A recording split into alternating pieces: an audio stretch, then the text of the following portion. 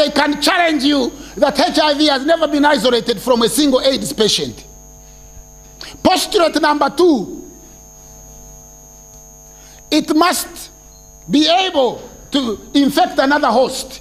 You must be able to take it from one person, put it in another person, and it infects them. HIV doesn't do that.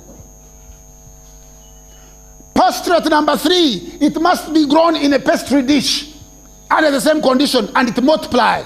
In virology, we say no replication, no virus.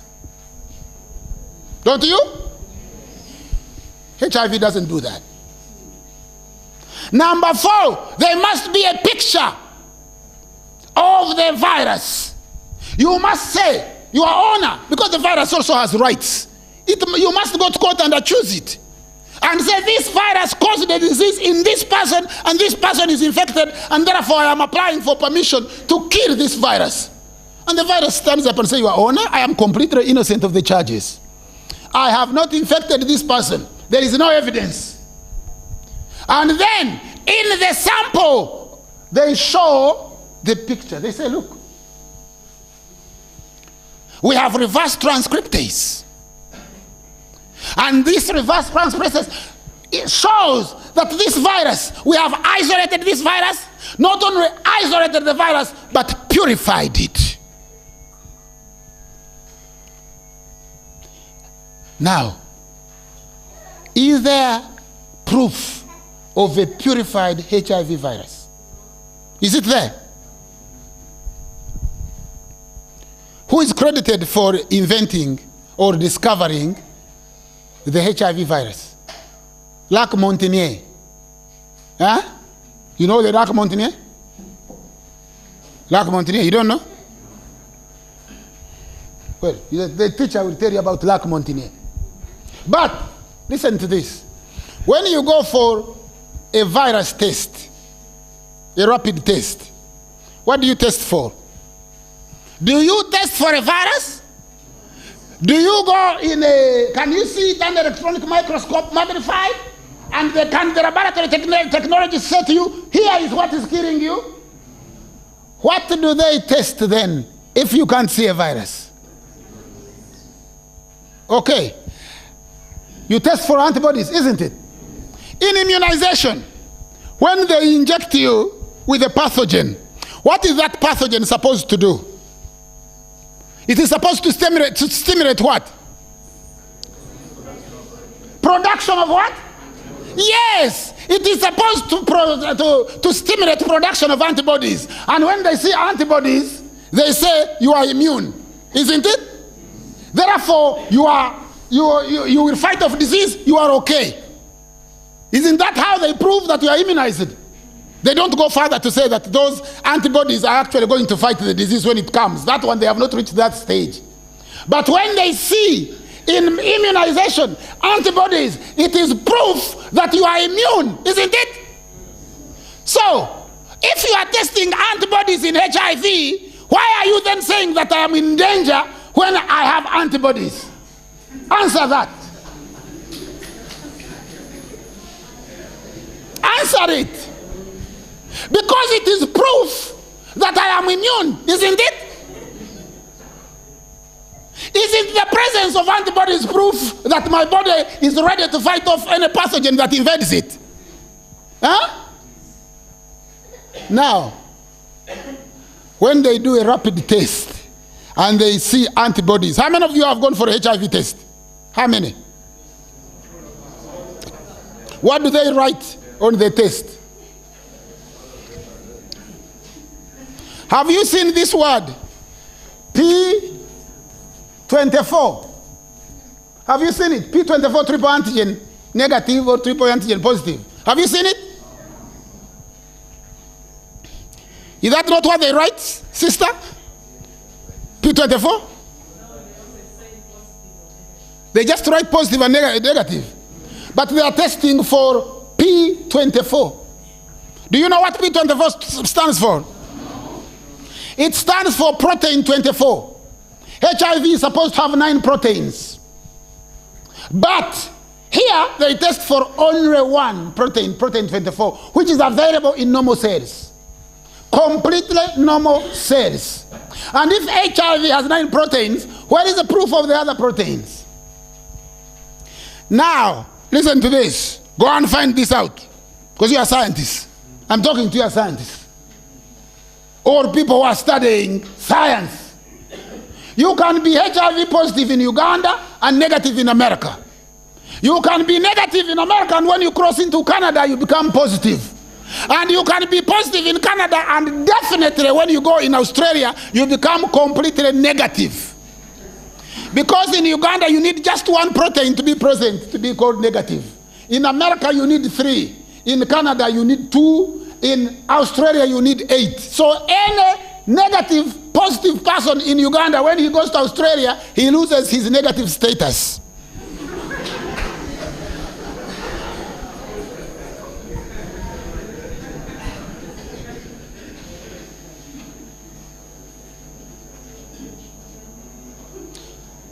Do you understand what I'm saying? Because what has happened to us is we have lost the ability to think outside the box and to think that everything that white people send to us is true and accurate. The rapid test is what kind of test? They have 3 strips. They have Unigold, they have ditamine, and what? Okay. So, they put first on Unigold. They put on what? Detamine. Okay. So, they put on detamine. And it runs and crosses the line. And when it crosses the line, you are in trouble, aren't you? Huh? They say, oh. And then, after that, they bring another one. Starter pack. Why? To do what? To prove. So starter pack proves. So if starter pack is proof, why do they need the first one? Why can't they use starter pack in the first place? So they bring starter pack, put it there, and they also see if it crosses the line. Then they bring the third one. Eh? And the third one, they call it what? A tiebreaker, don't they? Yes. Is it really a tiebreaker? Yes. Because if it is a tiebreaker, why don't you just use that one alone? Is science a rotary? Can science say, maybe here, maybe there, maybe in the middle? Can science do that?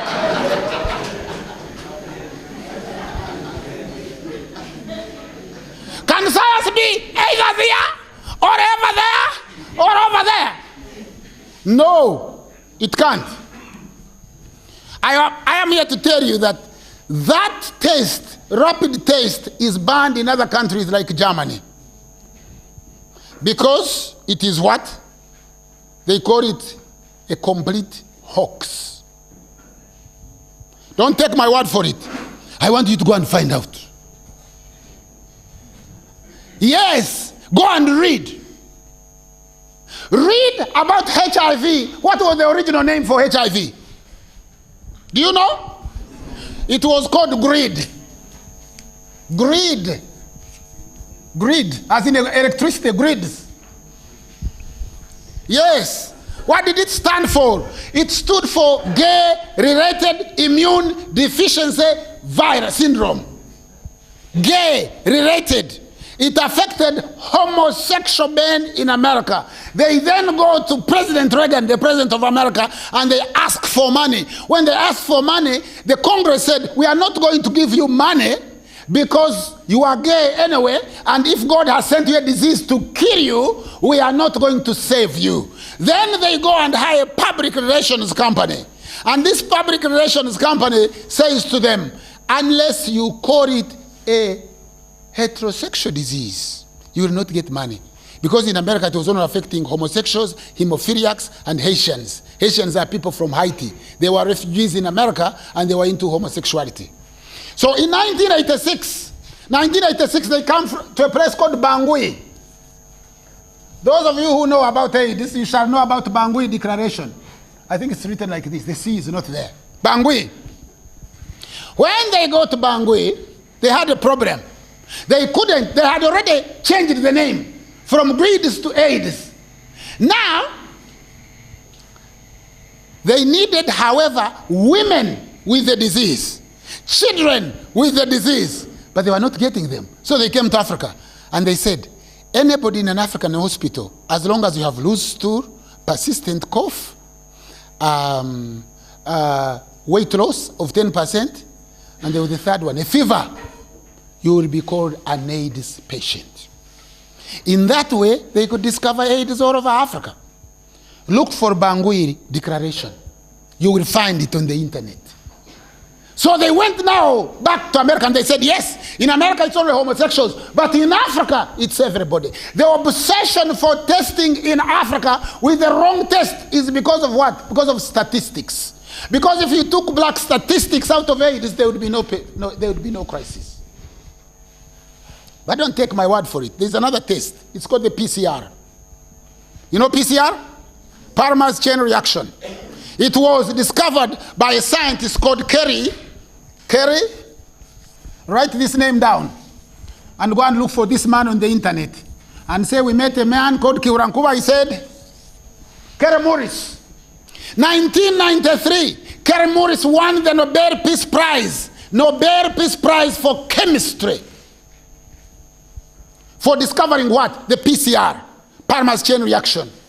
To get a small string of DNA and multiply it, and then be able to look at that sequence and be able to read properly what you could not read in a small sequence. But it is a DNA-based test. Do they say that HIV has a DNA? Do they say that? Nobody will tell you that. They say it doesn't have a DNA. So if it doesn't have a DNA, how can you use a DNA-based test?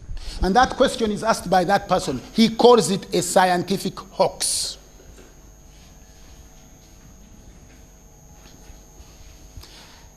Are you following me? Huh? Anyway, I told you about a man called Lac Montagnier. Montagnier is M-O-N-T-I, E-N-G-N-E-R. Montagnier, the Frenchman. He was the one who first sent a sample to another man called Robert Garrow in America and said that he had taken samples from a patient called Brew and he had seen reverse transcriptase and he thought it was the disease affecting homosexuals. Professor Garrow, without any scientific study, any foundation paper, went and announced that he had discovered the cause of what was killing homosexuals, which they had called AIDS. Montagnier took Garrow to court for fraud. Garrow was convicted by the National Institute of Health. And President Reagan intervened and he says, let's share the royalties so that you have two co-discoverers, Garrow and Lac Montagnier. When you go for a test, France takes $1 and America takes another $1. But Garrow had not done any test. And later on, when criticism came and said, who did this science? Eventually, 2008, Lac Montagnier, Barry Sanusi, and Jean-Claude Charmaine, they were credited for discovering. But Lac Montagnier was interviewed in 2009. I'm saying this because you are here, because I know you work in the virus. Yeah? He was interviewed in 2009. I can give you the interview. And he said that if you find a person that has AIDS and they take proper nutrition, that person's body will revert to normal condition in 2 to 3 weeks. And he was asked again, so if we took an African child who has AIDS, gave them proper nutrition, will their body revert to normal status? He said, I would think so. 2 to 3 weeks. Now, this is my Pan-African serif. Yeah? Listen to this. 60% of any curative process is belief. 60% of any curative process is not the chemical you put in the body, it is the belief that you put in the mind. If you believe you are going to die when you take a medicine, you will probably die. If you have malaria and believe you are going to die, you will die. Now, most of the wars being fought in the world today are what is called psychological warfare. Psychological, to psych you up. So, what better thing to psych black people up than to make these people think that they are really infected with a massive disease? So, when a woman sees you, you know that in school now, when a sister sees you, he says, that boy is even infected. Don't they say that? So, you cease now to be a righteous black man walking, you become an infectious agent. You are going to infect other people. Huh? Now, I will challenge you today, here, men and women, young and old. If you have 10 cows and you give them to me, you test me using whatever test, and you find I have no virus, you can get 3 people who have AIDS, I'll put my arm there and you'll put it in my arm, and I will see if I die. Did you hear what I said? 10 cows, you put them there. Then you test me using whatever test you believe in. Any test. PCR, rapid test, I don't know, whatever exists, CD count or whatever. Now, if you want to go for a CD count, please don't go to the beach. Because if you go to the beach for 2 hours, your CD count will go down, and if you test, you'll be in trouble. Huh? And remember that when the CD4 count goes up, it also comes down. So to use really CD4 count is insane. Yeah? But you can test me using any test. And then I will put my arm, and you will get 3 people who you are confirmed that have AIDS, and you put their blood in me, and I'll see if I can get it. Now, look for this. There is a woman called Nancy Paladin. Nancy Paladin. The only study about how heterosexual transmission in AIDS, Paladin. It's double L, I think, D-I-N. Nancy Paladin. She carried out a study in 1988, picked 1,200 couples. One couple who had tested positive, another couple who had tested negative. One group were homosexual, one group were heterosexual, and they were sleeping with each other. They followed them for 11 years. They wanted to see if a white a person who is married or who has a couple can infect the other, whether HIV was sexually transmitted disease. Nancy Paladin. After 11 years of study, guess how many who are negative came out positive? Can you guess? None. Not a single one. According to the World Health Organization, you can go and find this out. It is published in a book by Professor Peter Duesberg from Berkeley, California. Duesberg is spelled like this.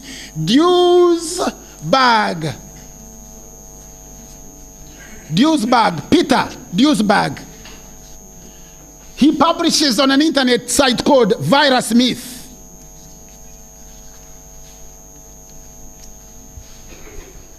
According to the World Health Organization, in his book called Inventing AIDS, I don't have to write that, Inventing AIDS, for a woman to give HIV to a man, according to World Health Organization statistics, that woman would have to sleep with a man 250,000 times.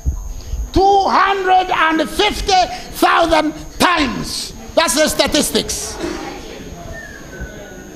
Now, I know you are all strong, acholi men and women. But believe you me, you might not reach 250,000 times. I am saying this because our scientists have given up finding out facts. We have turned science into religion. And we have turned religion into science. A man stands there and he says, Jesus rose from the dead. And he says, where is the evidence? He said it's written in the Bible. Is the Bible a book of science? Is it? It is a book of faith. They call it the greatest story ever told. And science is not a story. We have just said, for example, that Moses wrote the five books of the Bible. Moses also wrote the last book, the book of Deuteronomy. In Deuteronomy 34, Moses writes about his own death, his own burial, what happened after he had died. Can you die and write? Is that science?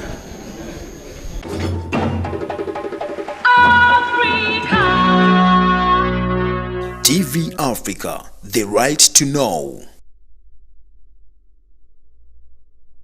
You know that the facts you believe in were designed by another person in order to control your thinking. And I can understand. Oh no, I can understand. Kubanga wa black, understand wa black. They take Africa that we are cursed. Therefore, hiding the truth about the impact of what happens around you and the enormous potential which lies within you. Don't miss the Perception series as we open your mind to a new dimension of thinking about the issues that affect your life. Every Sunday at 10 a.m. and Wednesday at 2:30 p.m.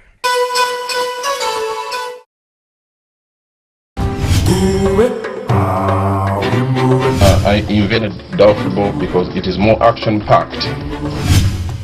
Unique products have been invented by different Africans all over the world and within Africa itself. These black inventors have changed the way we live through art, technology, and creativity in service delivery. Don't miss the Black Inventors every Saturday at 2:30 p.m. and Wednesday at 10 a.m. exclusively on TV Africa, your Pan-African station.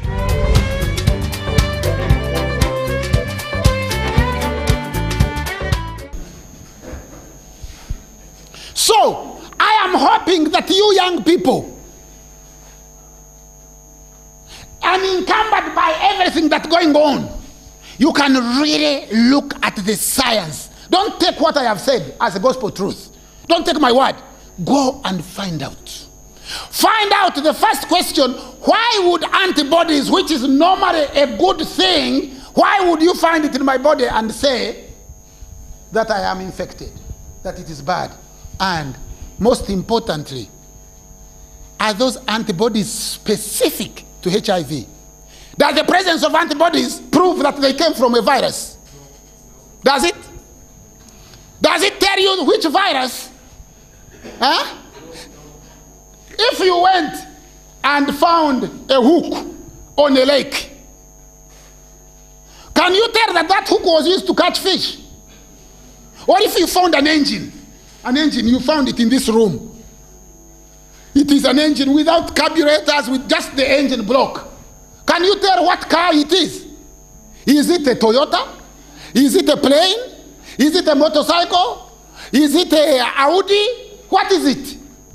So, just you finding antibodies, does it mean that they are from HIV? Does it mean that? So, your job is to look, not just to be told, is to look at the evidence. Science is about evidence. Science is about proof. But even if there was proof, they told you there was evidence. I have told you that with HIV you needed two things. You needed purification, and you needed reverse transcriptase, isolation, and purification. If you observe reverse transcriptase is also available in almost 50% of our DNA is produced by reverse transcriptase. So it is no proof. But you have to purify. What does purification mean? It means you remove any cellular debris and you leave only the culprit to say, that is him. Was that done? You have to demand that you do it here. Because now you can go on the internet. You begin by looking at the scientific paper. the original foundation document. How can one disease, one virus, be accused of causing thousands of other diseases? How? If you have malaria with HIV diagnosis, it is called malaria. With a HIV diagnosis, it is AIDS. Without a HIV diagnosis, it is malaria. How can a disease cause a disease that is caused by something else? How can a virus cause a disease that is caused by something else? We know what causes malaria. We know what causes Kaposi sarcoma. We know what causes pneumocystis carin pneumonia. How can a virus now come and append itself there and say, I also want to cause the same thing? How?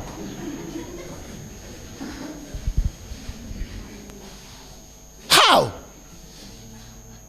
Why can't the other viruses would say, go and cause a disease of your own? We don't want you. This is our territory. We already caused this. So I chose this because when I speak on television, and because you are scientists, I wanted to show you that it is your time to look at major things. Not to run out there and say HIV doesn't cause AIDS. No. Look for the evidence. Go back to the foundation paper. Go read the script. Look for a dictionary, a medical dictionary. Look at the terms. Find out all these professors that I'm writing about. Get their correspondence. Write to them a letter. See how they write back. Look for a person credited with this. Look for Lac Montagnais. Write to him and invite him to your college. Say, come and present a paper and say to us, how did this come about? How did HIV and AIDS change from AIDS to greed? But I said this when I was telling you about Moses. I said Moses was from where? From Lango. Why? Because Moses was born on the Nile. Is there a Nile in Lango? Is there a Nile in Lango? Yes. Other people don't know. My friend. You don't know that Oyam is where the Karuma Dam is now being built. Eh? Isn't Oyam part of Lango? Then why are you saying you should be jumping up and say, yeah! Is Nile in Lango? Yes. I can't hear you. Yes. Is it in Lango? Yes.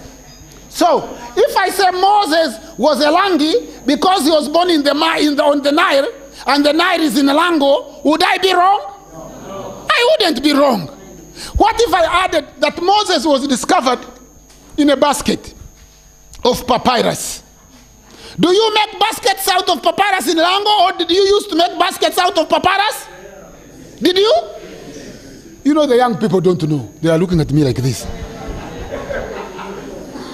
They're saying, you man, you think Langis can make a basket, really? Eh? Because they don't know. Do these children know how to make a basket now? Eh? Moses was discovered in papyrus reeds. Is there papyrus reeds in Lango? And Moses was married to a woman called Shipura, according to the book of Numbers, who was from Ethiopia, and Ethiopia started from Lake Nile Valley, going down south, in what is present-day Tanzania, up to Zimbabwe. If he had been born elsewhere, he would have to travel through the Sudan on foot to go and get a wife. So I can stand there and argue that there is more evidence of Moses being born in Lango than him being elsewhere. But you being scientists, you are not supposed to just say, you know what, Noah made an ark and he put all animals there. You are supposed to put that through the eyes of a scientist and say, it doesn't make sense. Noah was supposed to make a huge ark to take 2 animals, male and female. So Noah is supposed to get 2 elephants and put it in an ark. An elephant eats 14 tons of grass. So 2 elephants eat how many tons of grass? 28 tons per day. If he spent 44 days, how many tons are those? How much grass? That is the elephants alone. We have not even counted buffaloes and giraffes and antelopes and warthogs and bushbacks and we have not even counted hippopotami. We have not counted that. A cow drinks 3 jerrycans of water. Every time it dips its mouth in a river, it drinks 3 jerrycans of water. Now 2 cows, 6 jerrycans. How much? And that's just a cow. What about an elephant? A pig sometimes drinks 4 jerrycans of water. And Noah was supposed to have pigs. How much water would he need anyway? I could also say, if really Noah got all animals and put them in the ark, then Noah came to Uganda. Do you know that? Because if there were gorillas in the ark, gorillas are only in Uganda, Rwanda, and Congo. So Noah would have to come to Uganda to get gorillas.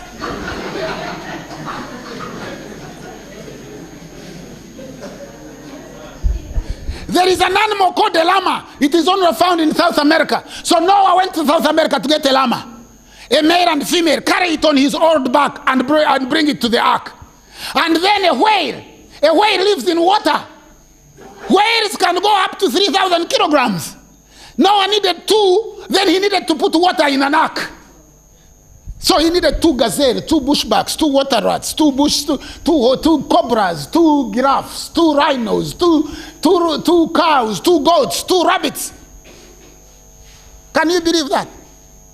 As a scientist, can you stand there and say, and Noah created an ark? You know that is just a story. It is a story calculated to achieve a certain purpose.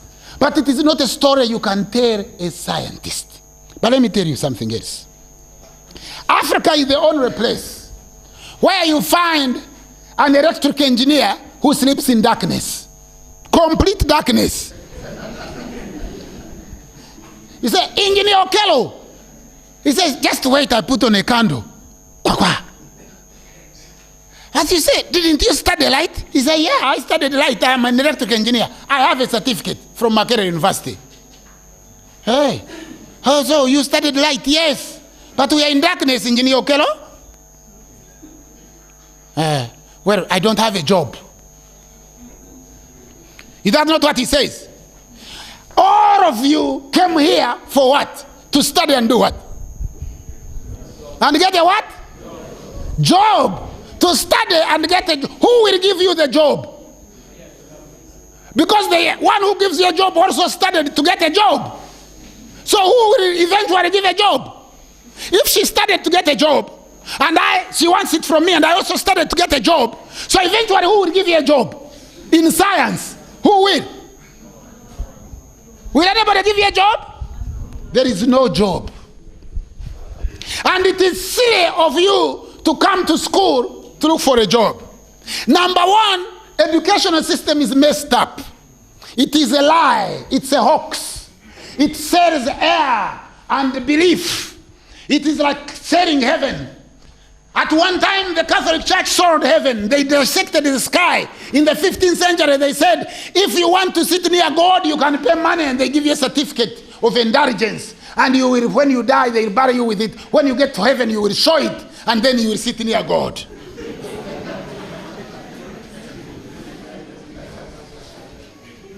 If you didn't have enough money, you paid little money, then they say you will sit very far, like God is in Kona Kamdini, and you are sitting here in Lira.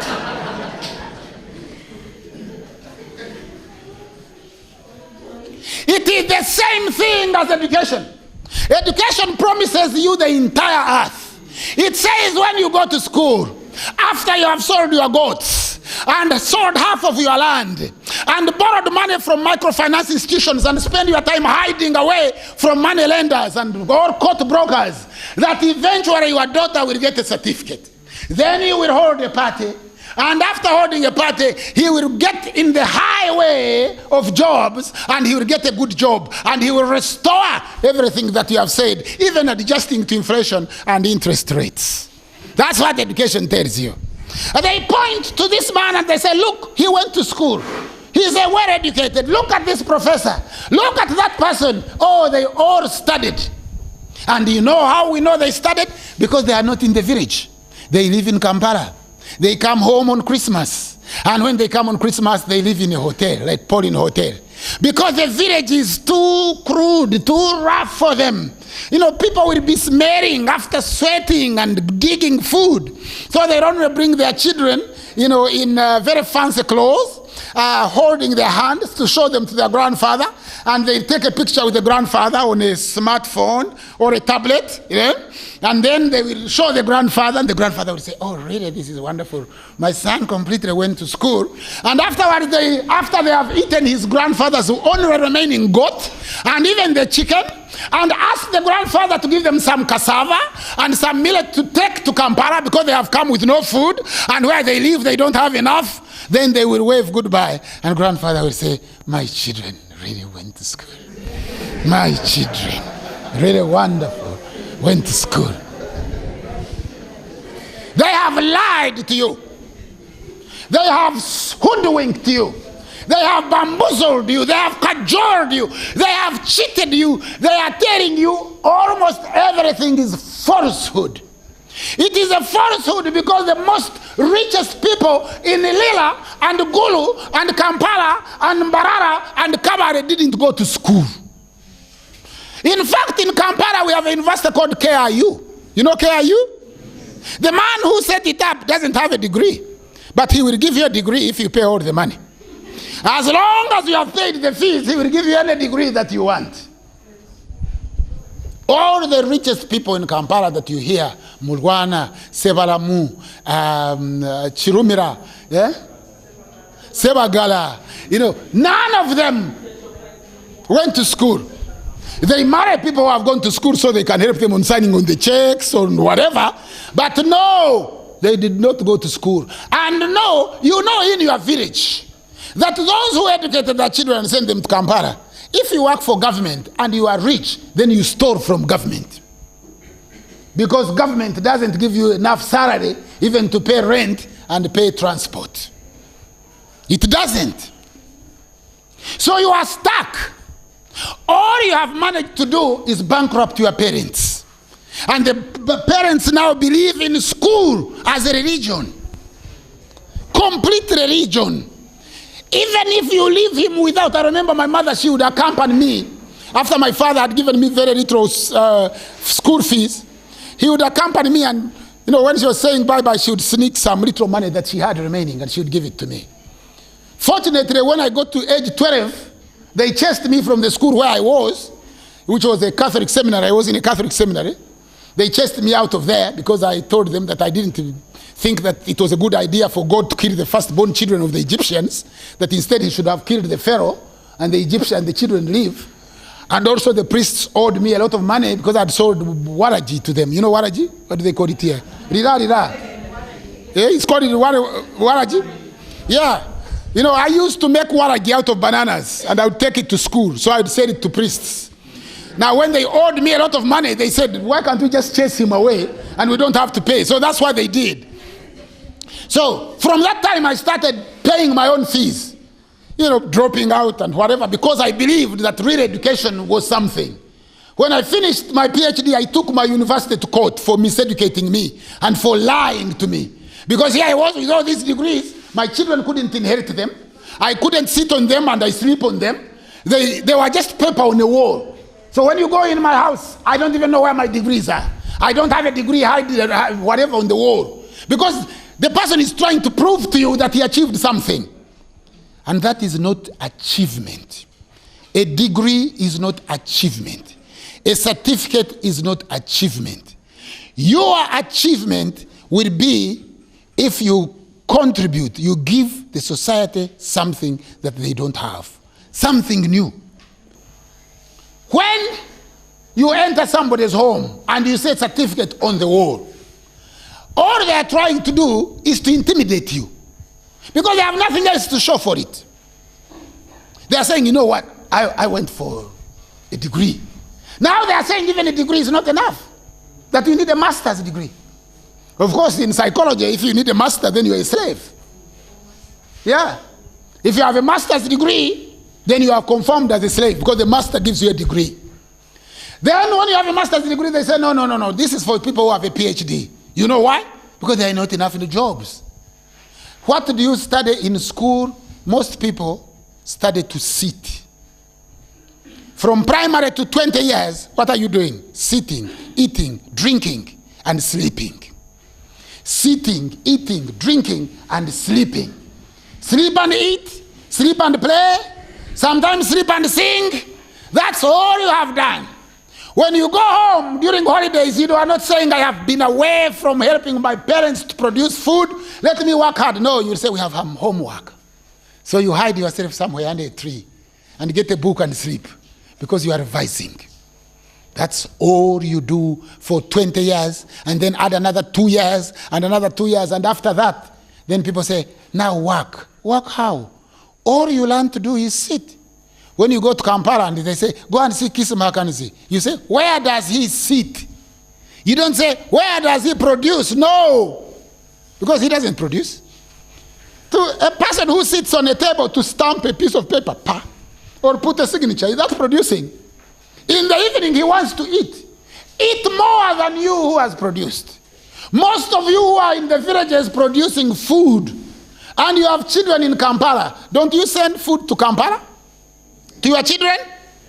Do your children return the compliment? Do they send food to you? No. When they talk to you on the phone after sweet talking you and saying, oh, daddy, you know, we are still here, we are working really hard, and we come back home tired. But can you send us some cassava, put it on a bus? We will pick it. Is that not what they say? Don't they ask you to send them some OD or something so that they pick it on a bus? Or if somebody comes, don't they give them a letter and say, give him food he will bring for us? So now, if they studied and they are so important, if they really went to school and they are so exposed, shouldn't they be the people feeding you, telling you not to work and not to bother, not to worry? But are they doing it? No. Why? Why are they not doing it? They are not doing it because they were deceived, and they have no way of telling you that they were deceived. Education, for the most part, is deception. Because what they teach in primary school is simply English. What they call science in secondary school is also English. In science, you tell, in primary school, you say, a child comes home, he has drawn a tree, and he has put leaves, branches, stem, yeah, taproot. Don't you have those words in your own language? Doesn't he go to school knowing what a leaf is, what a branch is, what a stem is? Don't we know this? We know. But we put it in English and think that's education. So what we can do now is see what it is we need to be studying. And what it is we need to be learning so that we can convert what we are learning here into something useful for our community or for our society. For a start, there is a lack of what we call intergenerational communication. The elders, the parents don't want to teach the children because they think the school has teachers who teach them. So you find what you know, your daughter doesn't know.